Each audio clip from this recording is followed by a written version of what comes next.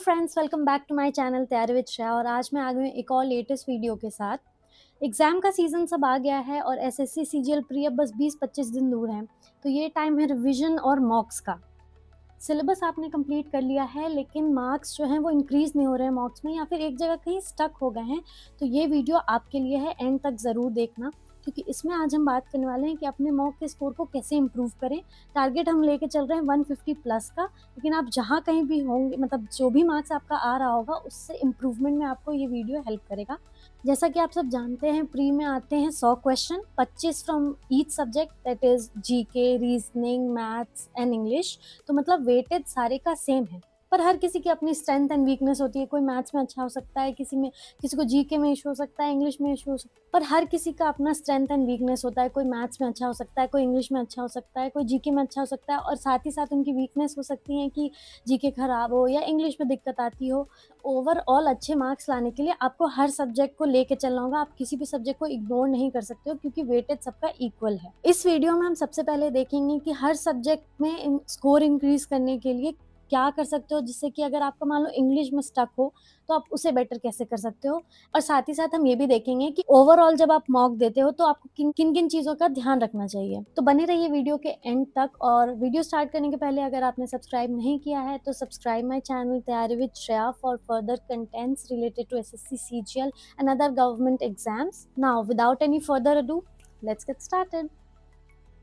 Exam या mock में 150 plus लाना एक बड़ा टारगेट लग सकता है, तो इसलिए आपको इसको सब्जेक्ट वाइज अपने हिसाब से टारगेट बनाना चाहिए।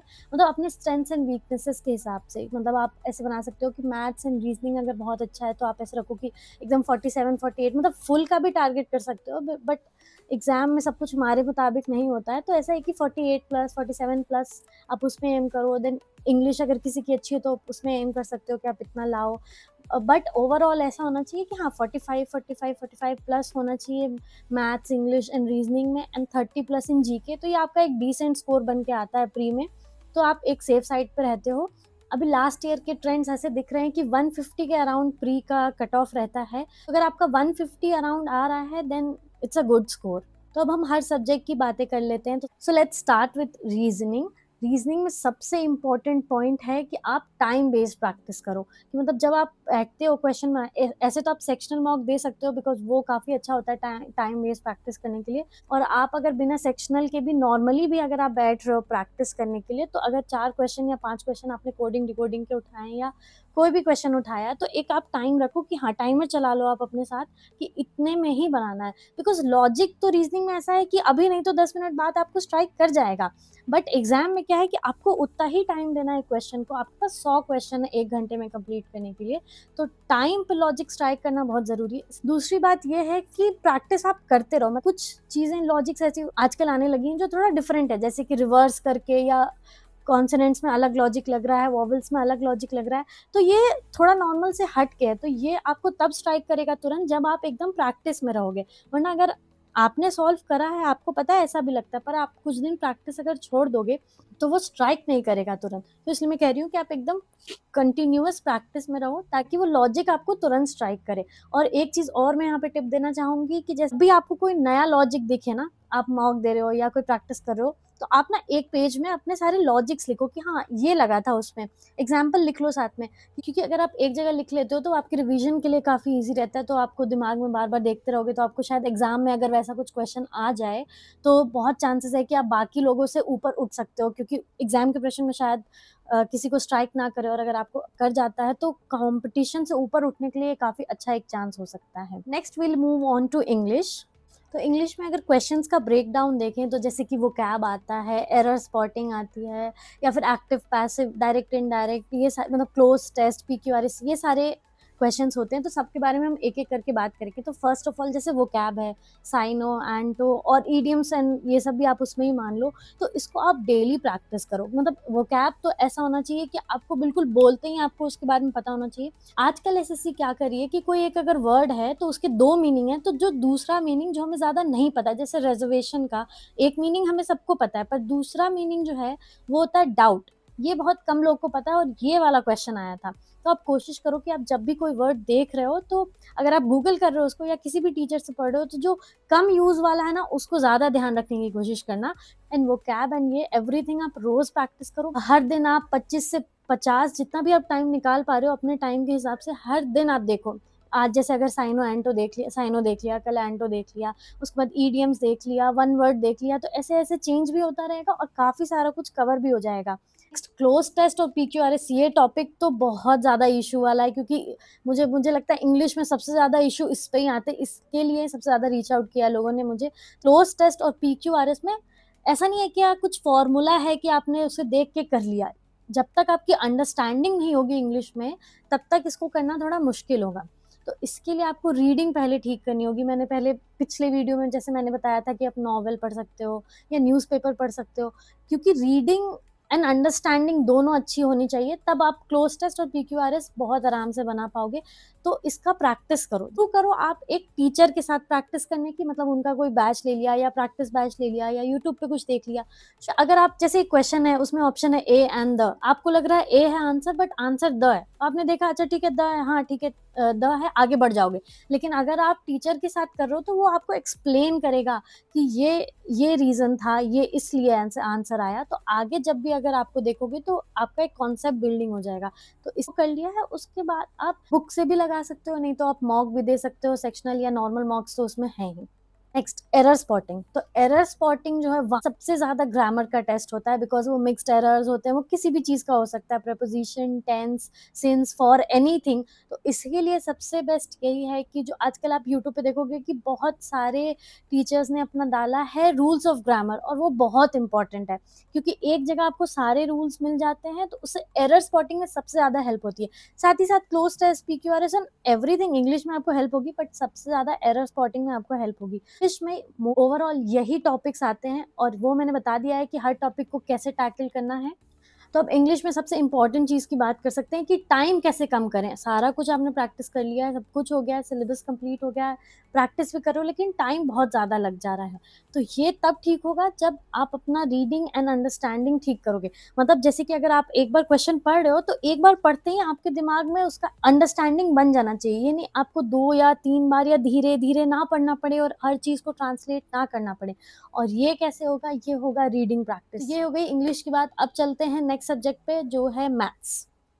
तो मैथ्स में स्पीड बहुत ज़्यादा इंपॉर्टेंट है, और स्पीड आएगी आपकी कैलकुलेशन प्रैक्टिस से। मैंने अपने पहले वीडियोस में भी बोला है कि कैलकुलेशन एवरी डे प्रैक्टिस करो। आप कोई भी ऐप डाउनलोड कर सकते हो और उससे 10 क्वेश्चन एवरी डे लगा सकते हो। तो आप खुद देखोगे कि आपका धीरे धीरे जो टाइम लग रहा था वो 10 क्वेश्चन सॉल्व करने में, वो धीरे धीरे कम हो रहा है। और इवन जब आप एक्चुअल मैथ सॉल्व करोगे एग्जाम के लिए मॉक में, तब आप देखोगे कि हाँ थोड़ा फास्ट हो रहा है, आप मेंटली भी कुछ सॉल्व कर पा रहे हो कुछ चीजें, तो आपको लिखने की जरूरत नहीं पड़ेगी, तो वहाँ आपका टाइम सिग्निफिकेंटली बच सकता है। तो नेक्स्ट थिंग है कि टेबल्स, क्यूब्स, स्क्वायर रूट्स, इसको आप अपने फिंगर टिप्स पे रखो। ये कैसे होगा? अभी जैसे 20-25 दिन बचे हैं एग्जाम को, तो आप अभी एक पेपर में लिख लो, सारे टेबल्स लिख लो, क्यूब्स और स्क्वायर्स, और आप जहाँ पे पढ़ते हो वहाँ पे सामने में लगा दो। ये आपने बहुत लोगों से सुना होगा, एंड ट्रस्ट मी, ये मैंने भी करके देखा था and it works. Next thing है कि मैथ्स में प्रैक्टिस करना, क्वेश्चन बनाना तो इम्पॉर्टेंट है ही, साथ ही साथ आप बीच में टाइम निकाल के आपने जो अपना नोट्स बनाया होगा उसमें जो फॉर्मूला होगा वो भी रिवाइज करो साथ ही साथ। अब जैसे चैप्टर्स हैं अलजेब्रा, मेंसुरेशन, ट्रिग्नोमेट्री, तो कभी कभी एकदम फॉर्मूला बेस्ड भी आ जाता है, तो आप एक बार रिवाइज करते रहो, ताकि कुछ ऐसा फॉर्मूला जिसका आपने मॉक में या प्रैक्टिस में क्वेश्चंस नहीं लगाए होंगे, अगर वो भी कुछ आ जाता है तो आपके रिवीजन से वो आपको याद रहे एंड आप देन क्वेश्चन सॉल्व कर पाओ। Next very important thing in maths, ऐसे तो ये सब सब्जेक्ट के लिए इंपॉर्टेंट है, पर मैथ्स के लिए मैं सबसे ज्यादा बोलूंगी क्योंकि ये मैंने भी फेस किया था, वो है एक्यूरेसी। जैसे कि अगर आप अपनी स्पीड पे ध्यान दे रहे हो, इशू ये आता है कि अगर मान लो आप चाह रहे हो कि नहीं आपको मैथ्स तो भाई 30 मिनट में, 25 मिनट में कंप्लीट करना है, तो हो सकता है आप जल्दबाजी में क्वेश्चन तो सॉल्व कर लो, पर कहीं पे वो मिस्टेक हो गया होगा एंड आंसर आपने गलत टिक कर दिया होगा, तो एक्यूरेसी आपकी वहाँ पे कम हो जाएगी। तो अगर मैं एग्जाम्पल दूँ तो शायद वो ज़्यादा क्लियर हो कि मैं क्या बोल रही हूँ, कि अगर आप 25 के 25 क्वेश्चन अटेम्प्ट कर रहे हो, है ना, और टाइम भी आप कम ले रहे हो, लेकिन उसमें से अगर आप 5 गलत कर दे रहे हो, तो आपका स्कोर बनता है 37.5। जबकि अगर आप 21 क्वेश्चन ही कर रहे हो और उसमें सिर्फ एक गलती है, आपका स्कोर बनता है 39.5। तो आप डिफरेंस देख रहे हो, आपने यहाँ पे 4 एक्स्ट्रा क्वेश्चन सॉल्व किए थे पहले केस में, 25 के 25 सॉल्व कर दिए थे, लेकिन क्योंकि गलती आपकी 4 ज़्यादा थी तो ओवरऑल मार्क्स आपके कम आए। इससे अच्छा आप क्वेश्चंस कम सॉल्व करो, तो लेकिन एक्यूरेसी के साथ करो। बस इतना दिन बचा है कि आप प्रैक्टिस कर करके अपनी एक्यूरेसी भी ठीक कर सकते हो साथ ही साथ। तो ये बात कर ली हमने मैथ्स की, अब चलते हैं जीके की तरफ। तो जीके के बारे में जैसे कि मैंने पहले ही बताया, ये एक बहुत वास्ट टॉपिक है, क्योंकि इसमें स्टैटिक भी आता है, सब्जेक्ट वाइज भी आते हैं, सब्जेक्ट में भी history, polity, geography, economics, physics, chemistry, bio, सब कुछ, एंड साथ ही साथ करंट अफेयर्स भी होता है, एंड देन कुछ मिसलेनियस भी होता है। तो ये बहुत वास्ट टॉपिक है, तो इसलिए मैंने इसमें टारगेट 30+ का बनाया था। हो सकता है कुछ लोग इसमें बहुत अच्छे होंगे, मैं नहीं थी, तो इसलिए मैंने 30+ का ही रखा है टारगेट, क्योंकि अगर आप दूसरे सब्जेक्ट्स में बेटर कर रहे हो तो आपका ओवरऑल स्कोर ठीक रहेगा। तो अब जीके की बात करें तो अब टाइम आ गया एकदम जोर से रिवीजन करने का, है ना। स्टैटिक में भी आप ठीक है, सारा टॉपिक जो आपने किया होगा एक बार और रिवाइज कर लो, क्योंकि भूलना बहुत आसान है, क्योंकि बहुत सारा इन्फॉर्मेशन है। तो अब जैसे 25 दिन है, 20 दिन मान लो अगर है, तो आप हर दिन का एक रूटीन बना लो कि इस दिन आपको ये रिवाइज करना है। करंट अफेयर्स की बात करें तो क्योंकि वेंडर चेंज है तो हमें नहीं पता है कि करंट अफेयर्स कितने टाइम पहले का आएगा, तो मैं आपको नहीं बोलूँगी कि आप लास्ट 2 साल का या लास्ट पूरे 1 साल का कंप्लीट करो। आप लास्ट 6 महीने का भी करते हो तो आई थिंक वो सबसे ज़्यादा प्रोबेबल है आने का, तो वो आपको थोड़ा सेफ साइड पे रखेगा। अब कुछ बहुत अलग सा बिज़ार सा आ जाता है कि 2 साल पहले या 1 साल पहले का, तो उस पे हम कुछ नहीं कर सकते। सब्जेक्ट वाइज तो आप अब टाइम आ चुका है कि आप रिवाइज तो करो ही साथ फास्ट रिविजन करो अपने नोट्स का, बट क्वेश्चंस बनाते जाओ, बिकॉज जो भी आपने अब तक पढ़ा है वो आपका टेस्ट होगा क्वेश्चंस एंड मॉक से। बेसिकली जीके में यही है कि आपको बार बार याद करना हो, क्योंकि सारी चीजें याद करने वाली है। हाँ, आप गेस जो लोगे वो कैलकुलेटेड ले सकते हो, कि एलिमिनेशन लगा सकते हो ऑप्शन से कि हाँ ये तो एलिमिनेट हो जा रहा है, ये आंसर नहीं होगा। तो अगर 2 में आपको कंफ्यूजन है तो आप थोड़ा सा गेस ले सकते हो, क्योंकि अगर आप 4 गेस लेते हो और उसमें 3 गलत 1 सही भी होता है तो भी आप 0.5 मार्क्स से आप पॉजिटिव में ही रहोगे। तो ये डिसीजन मैं आप पे छोड़ती हूँ कि आप गेस लेना चाहते हो या फिर आप वही क्वेश्चंस मार्क करना चाहते हो जिस पे आप श्योर हो। तो ये हमने बात कर ली सारे सब्जेक्ट की। अब ओवरऑल जब आप मॉक दे रहे हो तो किन चीजों का ध्यान रखना है, अब हम उसकी बात करेंगे। तो सबसे पहला पॉइंट है एनालिसिस करने का, कि मॉक तो आपने दे लिया है बट उसको एनालाइज करना बहुत जरूरी है, क्योंकि जो क्वेश्चन सही हुए हैं वो तो बहुत अच्छी बात है, पर जो नहीं बने या जिसमें आपको कोई इश्यू आया था या टाइम ज़्यादा लगा था, उस पर ध्यान देना सबसे ज़्यादा ज़रूरत है। क्योंकि मॉक के मार्क्स हमें कुछ, बस हमें एक बूस्ट ऑफ मोटिवेशन देते हैं और कुछ नहीं, हमें प्रिपेयर करना है एक्चुअल एग्जाम के लिए। तो वो एनालिसिस हमें हेल्प करेगा करने में, कि आपने जब एग्जाम दे दिया, जो क्वेश्चन नहीं बने उसको देखो कि क्यों नहीं बने, कुछ आपको वो टॉपिक नहीं आता था या वो स्ट्राइक नहीं किया या कुछ नया टाइप का फॉर्मूला यूज हुआ है, कुछ नया रूल है, क्या है उसे आप देखो। एंड डाउट कॉपी बनाना बहुत ज़रूरी है, कि आपने एक सेपरेट कॉपी बनाया जिसमें आप हर सब्जेक्ट का अलग अलग लिख रहे हो कि हाँ ये क्वेश्चन मेरे से नहीं बना था, या ऑल्दो बन भी गया था तो अगर आप उसको अगर आपको एनालिसिस में सोल्यूशन में आपको कोई बेटर वे दिखा है, कोई शॉर्टकट दिखा है, तो वो भी आप नोट करो ताकि बाद में आप उसको रिवाइज करो। तो वो बहुत इंपॉर्टेंट है। और फिर ये एनालाइज करना कि कौन सा ऐसा कोई चैप्टर तो नहीं है जिसके क्वेश्चन आपके हर बार गलत हो रहे हैं, तो आप उसे दोबारा से एक बार पढ़ लो, है ना, सारे क्वेश्चंस वापस से सॉल्व करो, मे बी दूसरे टीचर्स की वीडियो देख के देखो, शायद उससे कुछ इंप्रूवमेंट मिले। तो एनालिसिस बहुत, मॉक देने से ज़्यादा इंपॉर्टेंट एनालिसिस करना, ये मैंने अपने पहले वीडियोस में भी बोला है। दूसरी बात ये कि मॉक देना तो बहुत अच्छी बात है, पर बहुत सारे मॉक्स देना नॉट अ गुड ऑप्शन, क्योंकि अगर आप बहुत सारे मॉक्स दे रहे हो दिन में 3-4, तो आप सोचो 3-4 घंटे तो आपके मॉक देने में चले गए, या तो फिर आप उसके बाद एनालिसिस ठीक से नहीं करोगे तो मॉक देने का कुछ खास फायदा नहीं रहा। बट अगर आप 1 घंटा मॉक और 1 घंटा उसका एनालिसिस कर रहे हो तो 8 घंटे तो आपके दिन के पूरे चले गए, तो आप सब्जेक्ट्स कब रिवाइज करोगे।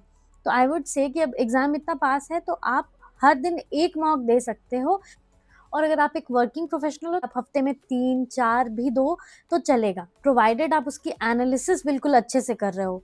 नेक्स्ट, मॉक देते वक्त ये भी बहुत इंपॉर्टेंट है कि आप कौन सा सेक्शन पहले अटेम्प्ट कर रहे हो। जैसे कुछ लोग पहले मैथ्स करते हैं, then reasoning, then English, then GK, और ये बिल्कुल आप पे डिपेंड करता है कि आप कैसा देना चाहते हो, मतलब सबका अलग अलग है। तो मैं आपको ऐसे नहीं बोलूँगी कि जैसे मैं पहले मैथ्स अटेम्प्ट करती हूँ, reasoning, English and then GK, तो मैं बिल्कुल भी नहीं बोलूँगी कि if it works for me तो आप भी वही कर लो। अभी मैं ये बोलूँगी कि अभी ये ध्यान रखो कि अभी ये 20-25 दिन में कुछ नया ट्राई नहीं करना है, जैसे आप देते आ रहे हो मॉक वैसे ही दो। आप चाहो तो मेंस की प्रिपरेशन में आप उसको चेंज कर करके, क्योंकि उसके बाद आपके पास 2-3 महीने का टाइम होगा, तो आप बार-बार दे के हिट एंड ट्रायल कर सकते हो कि कौन-सा आपके लिए अच्छा है।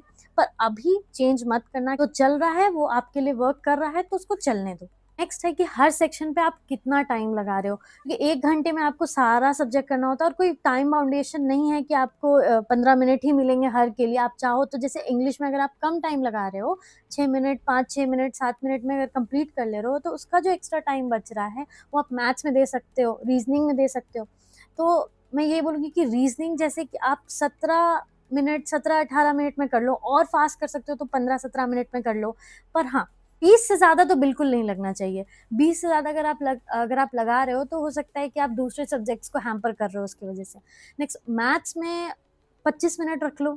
25 मिनट एट मैक्स, मतलब आप जब एक बार दे रहे हो, ठीक है, हो सकता है उसमें 1-2 क्वेश्चन ना बना हो, तो लास्ट में हम टाइम बचा के उस पे वापस आएँगे। Next, English and GK 10 minute में हो जाना चाहिए। 10 मिनट से ज़्यादा चलो 1-2 मिनट और लग गया। इस ये जब आप कर लोगे तो आपको 5 से 7 मिनट आपके लास्ट में बचेंगे। जो क्वेश्चन आपका छूट गया था एज़ इन एक बार में शायद सॉल्व नहीं हुआ हो, तो उस 5-7 मिनट में आप वापस से जाके उसे अटेम्प्ट करो। और बहुत बार ऐसा होता है कि जब आप दूसरी बार जाते हो एक फ्रेश पर्सपेक्टिव लेके, मतलब जनरली मैं मैथ्स का बता रही हूँ, इसी में भी आप जब एक फ्रेश पर्सपेक्टिव लेके वापस से जाते हो, तो हो सकता है वो लॉजिक स्ट्राइक कर जाए। तो इसलिए लास्ट में आप कोशिश करो कि 55 मिनट में या 50 मिनट में आप अपना पेपर कंप्लीट कर लो, और लास्ट का जो टाइम है, वो आप फिर से वो क्वेश्चन पे जाओ जो आपने अटेम्प्ट नहीं किया या आपसे नहीं बना। क्योंकि इस बार वेंडर चेंज है, तो इंटरफेस चेंज होगा। तो इस बार हो सकता है कि आप जब एग्ज़ाम के प्रेशर में हो और आप एग्ज़ाम देने के लिए बैठे हो, तब कुछ चीज़ें डिफ़िकल्ट हो जाएँ। जैसे कि हाँ, आप यहाँ पे तो आप 58 मिनट, 59 मिनट, 60 मिनट में पेपर कर लेते हो, पर क्योंकि वहाँ पे इंटरफेस न्यू होगा, हमारी प्रैक्टिस उसमें नहीं है ज़्यादा, तो हो सकता है हमें ज़्यादा टाइम लग जाए। तो अगर आप सारा कुछ कर ले रहे हो, आपका कंप्लीट हो जा रहा है मॉक 60 मिनट्स में, स्टिल आई वुड से कि आप कोशिश करो कि मैं 59 मिनट्स में कर लूँ ये मॉक, या 58, और ऐसे घटा-घटा के 55 तक लेके आओ। जितना आप कर सको उतना आपके लिए बेनिफिशियल है, क्योंकि उतना एक्स्ट्रा टाइम आपके पास एग्ज़ाम में होगा कि अगर इफ समथिंग गोज़ रॉन्ग, तो आप उस 5 मिनट को यूज़ करके अपना एग्ज़ाम ठीक कर सकते हो। पहला पॉइंट ये है कि आप जब भी मॉक दे रहे हो, तो मेंटली बिल्कुल आराम से दो। आपको प्रेशर में देने की ज़रूरत नहीं है कि अरे, जैसे आपने मैथ से स्टार्ट किया, आपके 2 क्वेश्चन शुरू के नहीं बने, तो आपको प्रेशर में नहीं आना है कि अरे ये 2 क्वेश्चन नहीं बना। कोई बात नहीं, 2 क्वेश्चन नहीं बना, आप अगर 23 बाकी के 23 क्वेश्चंस भी एक्यूरेसी से बना लेते हो मैथ्स के, तो आपको 46 मतलब 45 प्लस आ रहे हैं उसमें। तो अगर शुरू में कुछ क्वेश्चन नहीं बने, तो कोई बात नहीं, आप जो लास्ट में टाइम बचेगा उसमें आप आके देख सकते हो, क्या पता बन जाए। बट इस 2 क्वेश्चन की वजह से आपको अपना पूरा एग्ज़ाम नहीं खराब करना है। तो आपको मेंटली बहुत रिलैक्स्ड रहना है कि ठीक है, अगर ये क्वेश्चन नहीं भी बना, या कुछ अरे यार ये फ़ॉर्मूला तो मुझे आता था, याद नहीं आ रहा है। तो ये नहीं कि आगे आप दूसरे सेक्शन में भी पहुँच गए हो, फिर भी वो टेंशन आप अपने साथ ले जा रहे हो कि इंग्लिश तो मुझे आता था, लेकिन वो टेंशन की वजह से मैंने इंग्लिश भी खराब कर दिया। एकदम रिलैक्स होके आपको मॉक देना है। आई होप आपको इन पॉइंट से हेल्प मिलेगा और आप एग्ज़ाम में और बेटर परफ़ॉर्म कर पाओगे। All the very best for that. और एग्ज़ाम क्योंकि बहुत पास है, तो सिर्फ आपको पढ़ाई स्ट्रॉन्ग नहीं करनी है, आपको खुद भी स्ट्रॉन्ग होना है, बिकॉज़ ये वो टाइम है जिस टाइम पे कोई स्टूडेंट या एस्पिरेंट सबसे ज़्यादा डाउट से घिर जाता है। तो प्लीज़ आप खुद पे भरोसा रखो और नेगेटिविटी को बिल्कुल भी अपने लाइफ में मत आने दो। मोटिवेटेड रहो, कंसिस्टेंट रहो और अपना बेस्ट दो। That's it for the video. I hope ये आपके लिए हेल्पफुल रहा होगा, एंड अगर आपको ये वीडियो पसंद आया तो do like it and subscribe my channel तैयारी with Shreya for further updates like this. आप अपने queries, feedbacks and doubts comment में लिख सकते हैं। You can also reach out to me via Instagram. मैंने अपना इंस्टाग्राम आईडी डिस्क्रिप्शन में लिख दिया है। मिलते हैं अगले वीडियो में। Thank you. Bye bye.